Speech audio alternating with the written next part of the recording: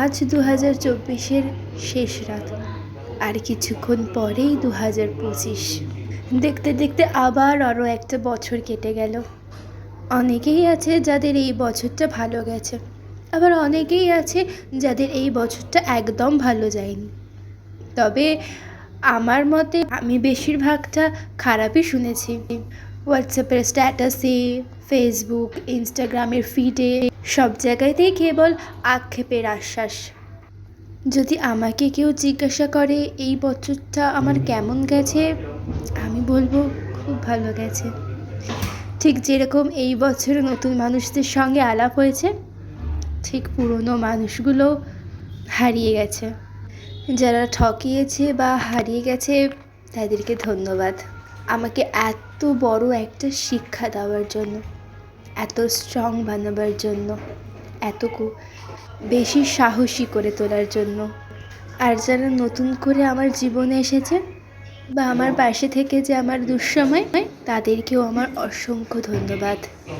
আমি যখন দুর্বল হয়ে পড়েছিলাম, যখন সব কিছু এলোমেলো লাগছিল আমার, ঠিক সেই সময় যারা আমার পাশে ছিল তাদেরকে আমি সব সময় আমার পাশে চাই, ঠিক এইভাবে।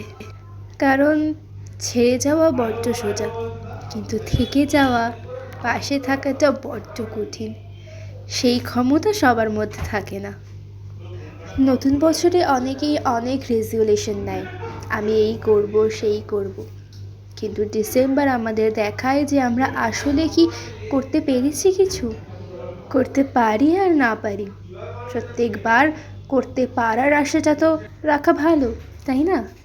তাই এই বছরে নিজেকে একটা কথা দিতে চাই, আজকে আমি যেই মুহূর্তে দাঁড়িয়ে আছি, যেই সময়ে দাঁড়িয়ে আছি, আবার 2025 ডিসেম্বরে গিয়ে নিজেকে যাতে আরও ভালো জায়গায় দেখতে পারি, যাতে 2025 ডিসেম্বরে গিয়ে আবার আমার আফসোস না হয় যে আরও একটা শুধুমাত্র কিছু মানুষকে নিজেদের হাজার কাঁটা তার পেরিয়ে অনেক ঘুরে তোমার কাছে আসে। ভালো থেকো 2024। না, আমি এসব বলবো না যে আমার জীবনে এইরকম একটা বছর যাতে আর কোনোদিনও না আসে। আমি চাই এইরকম একটা বছর আমার জীবনে আবার ফিরে আসুক, শুধুমাত্র কিছু ভালো মানুষদের স্মৃতি অর্জন করার জন্য। আবারও গোটা একটা বছরের জন্য অপেক্ষায় রইলাম, যাতে এই 2025-এ নিজেকে নতুনভাবে তৈরি করতে পারি, নিজের পরিচয় বৃদ্ধি করতে পারি, যাতে একদিন সবাই আমাকে চিনবে। আমার মা বাবা যাতে বলতে পারে যে দেখো, ও আমার মেয়ে। আর কিছু কিছু উপহাস করা মানুষদের গালে যাতে আমার সাফল্যের থাপ্পড়টা খুব জোরে করে মারতে পারি।